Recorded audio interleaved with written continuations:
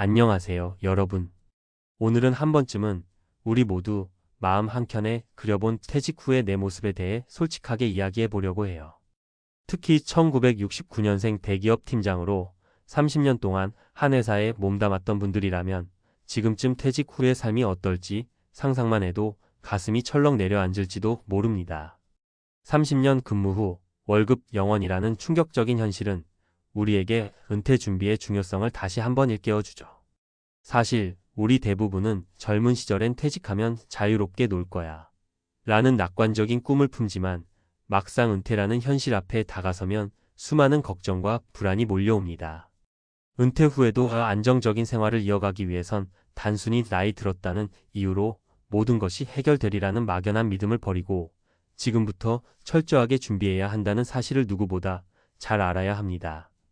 제가 오늘 전해드릴 이야기는 실제 사례들을 바탕으로 여러분이 퇴직 후 월급 0원이라는 비극적인 현실을 피할 수 있도록 도와주기 위한 정보성 에세이입니다. 여기에는 세 가지 생생한 사례가 담겨 있어요. 각 사례는 여러분이 앞으로 어떤 선택을 해야 하고 또 어떤 점들을 꼭 고려해야 하는지를 생생하게 보여줍니다. 첫 번째 이야기, 1969년생 대기업 팀장의 현실. 우리의 첫 번째 사례는 바로 1969년생 대기업 팀장 김모 씨의 이야기입니다. 김모 씨는 대학 졸업 후 30년 넘게 한 회사에서 헌신하며 커리어의 정상에 올랐죠. 그러나 정년퇴직이 다가오면서 그의 마음 한켠에는 이제부터 내 인생은 어떻게 될까? 라는 불안이 자리 잡기 시작했습니다. 김모 씨는 은퇴 후에도 회사에서 받던 월급을 계속 기대하며 준비를 미처 하지 못했습니다. 그러던 어느 날 퇴직 후 받는 연금과 퇴직금이 생각보다 적어 생활비 걱정이 현실이 된 겁니다. 내가 30년 동안 열심히 일했는데도 은퇴 후에는 이 정도의 수입밖에 없다니 라는 후회와 함께 그는 많은 동료들에게 경고를 주고 싶었습니다. 그의 이야기는 우리에게 중요한 교훈을 줍니다. 아무리 오랜 기간 안정적인 직장을 다녔다 하더라도 은퇴 후의 소득은 현재의 생활 수준을 보장해주지 못할 수 있다는 사실입니다. 김모 씨는 은퇴 전부터 다양한 투자와 부동산, 금융상품에 관심을 두었어야 했고 퇴직 후의 생활비 마련을 위해 부수입 창출 방법을 미리 모색했어야 했습니다. 결국 그는 은퇴 후 재정적 어려움을 겪으면서 지금 당장 은퇴 준비를 시작해야겠다라는 결심을 하게 된 것이죠. 두 번째 이야기, 1972년생 공무원의 은퇴 딜레마. 두 번째 사례는 1972년생 공무원 이모 씨의 이야기입니다. 공무원이라는 직업은 안정적이라는 인식이 많죠. 그러나 이모 씨 역시 은퇴 후 삶을 준비하지 못한 탓에 큰 후회를 안고 있습니다. 이 씨는 정년까지 근무하면서도 국가가 보장해주는 연금이면 충분하겠지라는 안일한 생각을 버리지 못했습니다. 그런데 현실은 그렇게 녹록지 않았어요. 퇴직 후 예상치 못한 의료비와 생활비 증가, 그리고 물가 상승까지 고려하지 않으면 정작 그 안정적인 연금만으로는 부족하다는 사실을 깨달은 겁니다. 그 결과 이 씨는 은퇴 후 몇 가지 부수입을 창출할 수 있는 방법을 찾아야 했습니다. 인터넷 강의, 소규모 창업, 프리랜서 일을 병행하면서 겨우 생활의 밑바닥을 지켜나갔는데요. 공무원이라 안심했다가 이렇게 될 줄은 몰랐다며 후회를 토로합니다.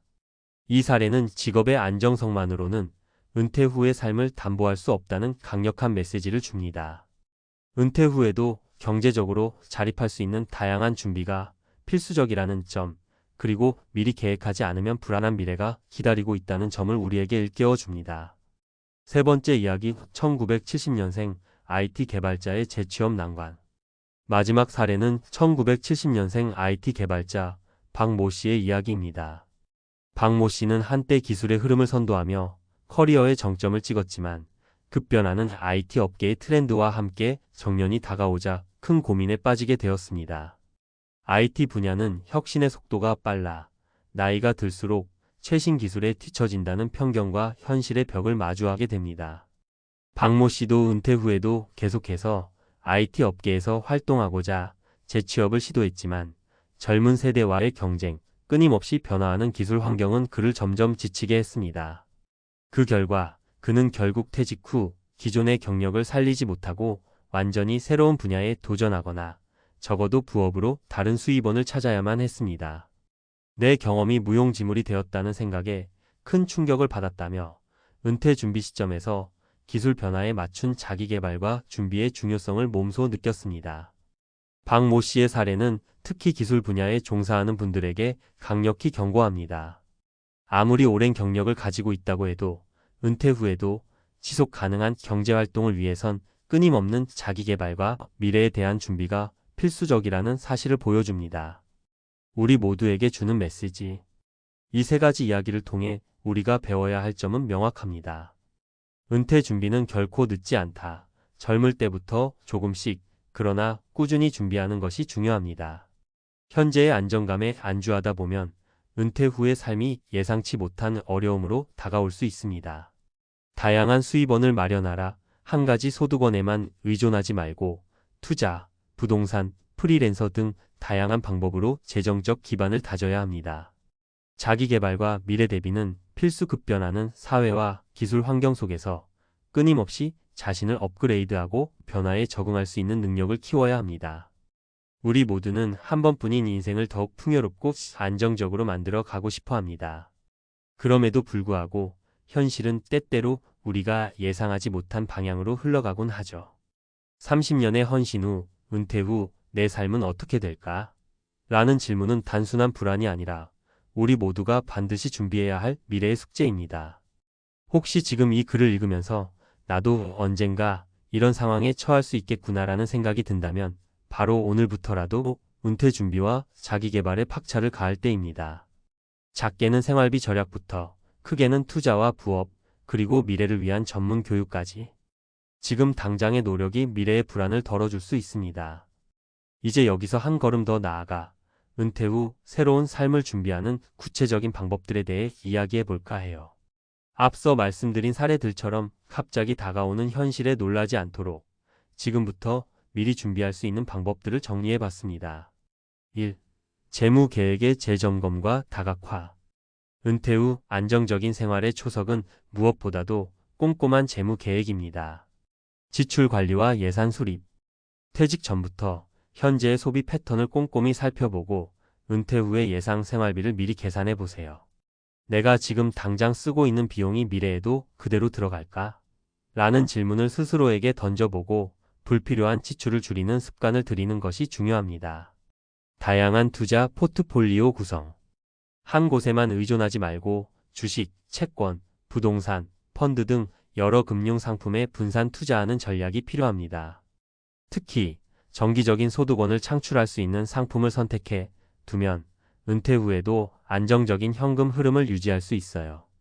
비상금 마련. 예상치 못한 의료비나 긴급 상황에 대비하여 최소 6개월치 이상의 생활비를 비상금으로 확보해 두는 것이 좋습니다. 2. 자기개발과 평생학습.